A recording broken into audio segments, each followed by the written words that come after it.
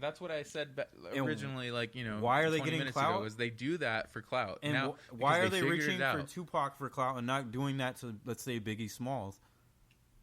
No, that's a good point. Yeah, they're not doing it to Biggie Smalls, but they're doing it to Tupac, to Eminem, Triple X Tentacion.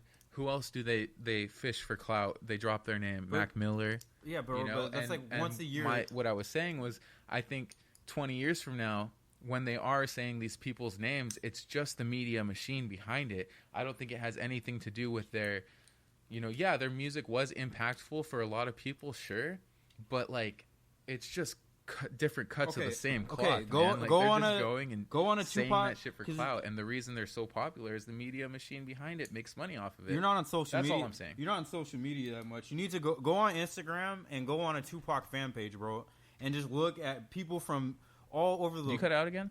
No, I can still hear you. I can hear you. Can you hear me? Yo. Yeah, I can hear you. Oh, I couldn't hear you. Weird. I can still hear you. But go on go on Instagram, bro, and look at a Tupac fan page. Mind you, a Tupac fan page fucking 25 years after he died. Mind you, and go on a Tupac fan page and, bro, and look at all the comments, bro, and there's people are just like, fuck yeah, we still fuck with you, Tupac, like 25 years later. And these are people like younger than us, bro. Like, you go on there, younger than us, from different countries, bro, like all over the world, being like, can you not hear me again? Oh. No, I can hear you. I'm just like, why are people making a Tupac fan page for clout? No, they're Why not, would you bro. go, I'm going to go make a fan page about some fucking dude who never met me in my life and they're fucking dead. Do you get my point, bro? Because I think you're missing my point.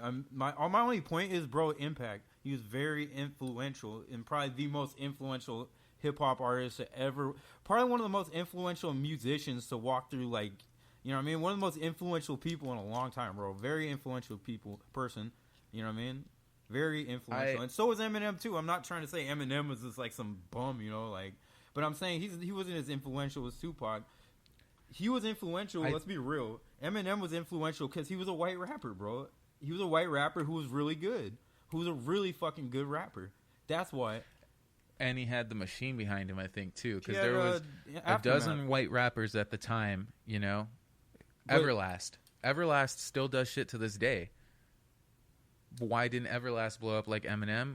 Some would say maybe skill, some would say maybe marketable. Well, Eminem talked about... There's so many different factors behind it. I think saying the influentialness or just like... You can't just put like such a blanket over it. It's just all I'm saying. The impact is there to stay. You know, like I said, if we're still talking about Tupac 25 years, you know, later, you know what I mean? That's impact. Mm-hmm. Something has to be said about that. That's impact. You know what I mean? Yeah. We're not arguing over... Biggie Smalls like that, you know, we're not arguing over a lot of, and I'm not discrediting those rappers and rest in peace to those rappers, dope rappers, bro. But it's just true. It's like they didn't have the same impact. Like Biggie Smalls didn't have that impact. Big L didn't have that impact. A lot of rappers didn't have that impact. I'm trying to think of other rappers who passed away who didn't have that. Big Pun, who was Big Pun was an incredible lyricist, incredible rapper, bro. And he didn't have the impact, and he was really fucking dope, but he didn't have the same impact. And, like, just the impact Tupac had, bro, it was huge, and we're still talking about it to this day. That's all I'm trying to say.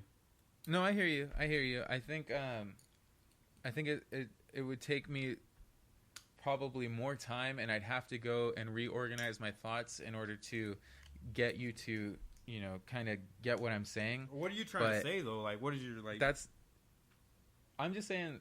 In 20 years, on the 20th anniversary, when we revisit this topic, right, for the 20th podcast, you know, we'll see it. I'm saying we'll see if, you know, that is the same, holds true for people like Mac Miller or Triple X Tentacion, or if it was just a marketing machine. Because for me, I would say, bottom line is that art imitates real life.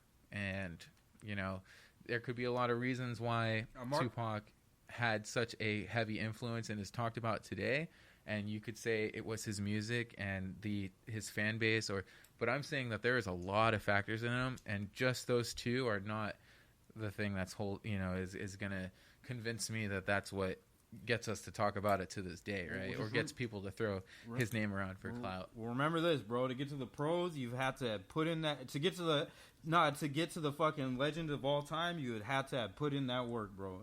So if we're talking about people like that still, and they have had to put in that work to have that many people, like, you know what I mean, to be still in people's minds and shit, you've had to have put in a mass amount of work, and the fact that that much work in that short amount of time.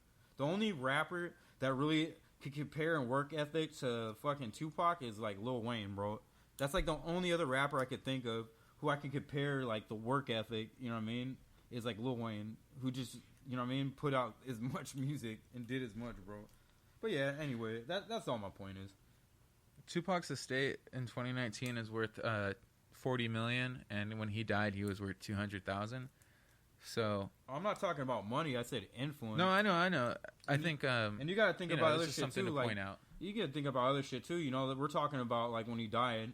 We're talking about money that hasn't even came into him yet. All kind of shit, bro. There's like so many factors. Like that he had 200,000, and it doesn't matter to me anyway because I'm not talking about how much money he has. You know, that's a different argument. You know what I mean? No, I know. Like, There's a lot of points that were brought up. And if for that fact that he only had 200,000 in his bank account, and we're still talking about him to this day, then you know what I mean? Impact. I think kind of moving the goalposts there. These conversations, you know, they go out in the public, and the audience gets to listen to them, and really, that's what, you know, makes me like, that's cool, because sometimes it's hard to get through to, like, I hear what you're saying, but I just don't agree with it, and like to be able to revisit this and, you know, have like it on record is really cool, because like we'll never know. Time will tell. Unless fucking Discord keeps cutting out. Jesus Christ. Holy shit, man. This shit keeps fucking cutting off. Yeah, we should wrap it up. Thank you for joining our random podcast. We discussed Tupac. We discussed a whole bunch of issues. We discussed housing in the fucking Bay Area. Bro, we dope, bro. You know what I mean? We dropping knowledge, bro. You know what I mean? We're giving good perspective on shit a lot of people, like, haven't heard of before, you know? And I hope you all took something from today's episode. You know what I mean? On a, you know, beautiful Sunday. Cool. Hopefully y'all took some, you know what I mean? Took something from that. All right, everybody. Well, without anything further being said for this week, this is the Affordable Hustlers. Thank you for staying tuned. Yeah, and we out. Is that your new outro or what? Hey, but yeah, we out. Thanks for joining us. Affordable Hustlers. Yee. Oh yeah, and send that shit after you're done. And I'm gonna write that verse and send it to you.